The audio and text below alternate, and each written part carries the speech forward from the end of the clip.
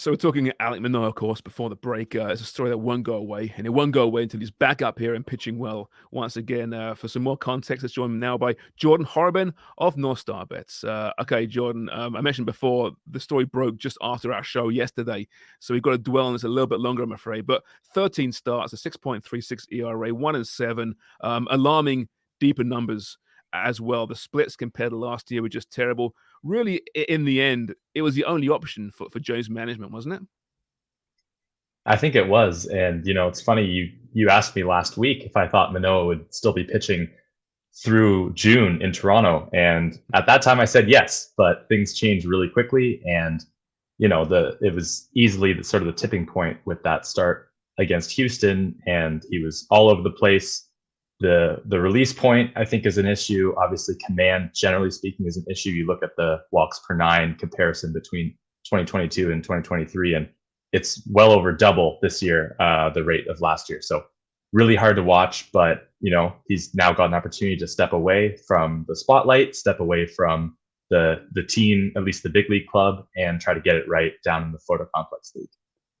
Yeah, you mentioned the walk rate, bottom 5% of the league in terms of base on ball percentage, almost doubling the amount of walks that he had from last season heading into this season. Teams are hammering his slider, they're hammering his fastball, they're hammering his changeup. Velocity has dropped off of that fastball, the movement has dropped off the slider. So I'm saying a lot of mechanics though there. But how much of it is mental, do you think, when it comes to Manoah? I think a lot of it is mental. And I really think that comes with the fact that we haven't seen this guy struggle for any notable stretch of time in years. I mean, if you look back, going all the way back to summer of 2018, that's when he was in the Cape Cod League after his sophomore year at West Virginia. And he was really great. And then he joined West Virginia's starting rotation on a permanent basis as a junior the following year. The Blue Jays selected him in the first round in the 2019 draft. And then because of the COVID canceled season in 2020, he only had 35 innings in the minor leagues before coming up to the majors. Then he crushed it as a rookie in 2021. Then he was somehow even way better than that in 2022, finished third in the AL Cy Young voting. And now here he is struggling. So we really haven't seen that in years. And I'm sure he's very used to being told how amazing he is. And, justifiably so, the results have been awesome. But now that we're seeing some struggles, clearly, it's something that he's not used to having to deal with. And now we're going to have to see what he can do, sort of stepping away from the spotlight. But it is strange because he comes into the season feeling confident, you'd think. I mean, he sounded confident coming off a great year last year. The pitch clock's the one difference from last year. Is he rushing his pitches? Is that a legitimate excuse, do you think? And maybe the reason why he became less confident? It might be. I mean, I'm not sure. I think that's a very reasonable thing to bring up because, again, it's a variable that we didn't have previously. But I would still, for that standpoint, I would argue maybe the sample size is still a little bit small. But with that being said, I mean, it stands to reason that if you do feel like you're being rushed, maybe that means you're letting your mechanics kind of go by the wayside a little bit. And then when that happens and you're starting to miss your spots, it can have a bit of a snowball effect. So I don't think it's an unreasonable theory. I'm not sure that I want to, I'm not sure how much of it I want to place the blame on the pitch clock. But again, it's something that over time we will see if that continues to be an issue.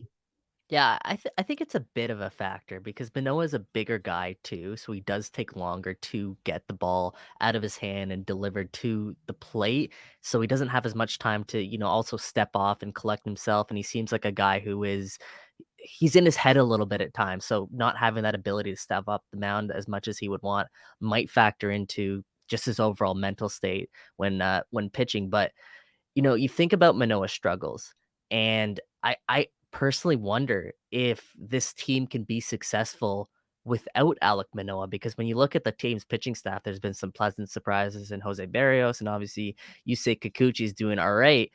And then you have Kevin Gausman, who we'll get to in a bit, and Chris Bassett. Does this team have the potential to still be successful without Alek Manoah? Well, as of right now, if you were crafting a three-pitcher rotation for the playoffs, it has to be Gausman, Bassett, and Barrios. Obviously, you're not going to put Manoah in that group right now, and it would be wonderful if he was pitching well enough toward the end of the year to make that happen. But again, I don't know about that. But yeah, I mean, I don't know. It's the tricky thing is starting pitching is always the hottest commodity in baseball. And the Blue Jays haven't dealt with any issues yet in terms of injuries with the starting rotation, but of course, performance issues with Manoah here. So now we're going to have to see what they've got sort of in the cupboard or in the shelves here in terms of guys to come and fill in. But to answer the question that was initially posed, yes, I think they can be successful without him. It just means you're putting a lot more pressure on the Gausman, Bassett, Barrio contingent, especially, to continue to pitch very, very well. Hey, Ryu's back in a few months' time, right? Who has more wins by September? Is it going to be Manoah or Ryu? Wow, can you believe we're even talking about that? I mean, it's just crazy. And like you mentioned there, on the farm, I mean, there's no options, right? Ricky Tiedemanns may have been an option, but he's out now with bicep inflammation. Mhm. I know they recalled Bowden Francis, but I mean, is it just a case of over the last number of years trying to contend? They've traded away so much prospect currency. There's really no one there you can look at as being a potential even half replacement for Manoah. Well, yeah, and I mentioned Francis on last week's show, and here it is. You and I both have called him Bowden. It's actually Bowden, so that shows what we know. That shows what we know about Mr. Francis. I guess we'll know more soon. I think he's going to be going Saturday, but not a super exciting option. Definitely sort of that stopgap type of energy there. But yeah, I think it has been a situation where you've seen guys sort of be traded away and not a lot of really quick risers in the minor leagues from a pitching standpoint. Tiedemann would be the guy, but it's just not time yet.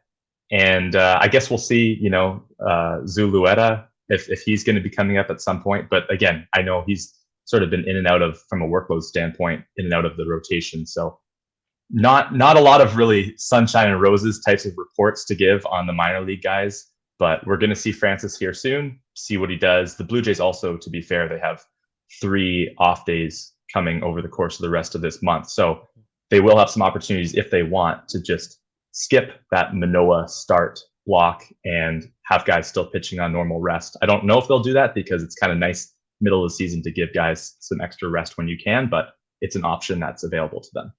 Yeah, and obviously, going to Francis there, it puts a lot of pressure on the bullpen and back-to-back days potentially with the Yusei Kikuchi. That's not a great sight. But the one guy that the Jays seem like they can rely on consistently to go 7 innings is the guy who went last night, 13 strikeouts, Kevin Gausman. Is he the AL Cy Young favorite right now? He's not the favorite.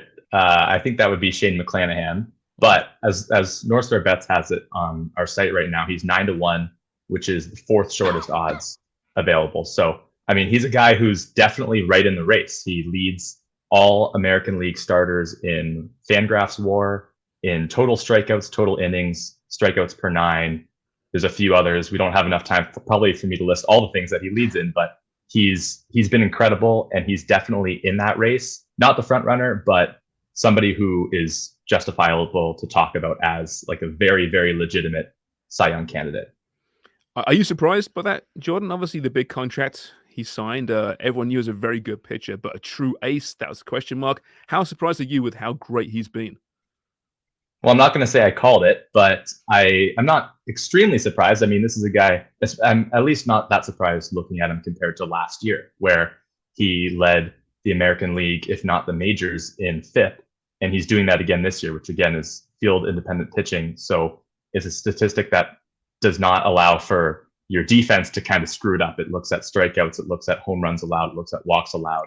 And in terms of controlling what he can control, Gausman is the best in the league. I don't actually think that's a hot take to say. I think he's the best at that. He has a really, really high batting average on balls in play, which some of that has to do with defense, some of that has to do with poor luck. Some of that maybe just has to do with the way he's pitching as well. But a lot of it is what he can control. He's really excelling at. And so it's not a surprise he was the leader in FIP last year, at least in the American League, and he's doing it again this year. You see, there is hope. There are a lot of good news stories around this team, not just Alek Manoah. They're actually playing much better these days. Jordan, thank you so much for this. Really enjoyed it. We'll chat to you next week. Yep. Thanks a lot, guys.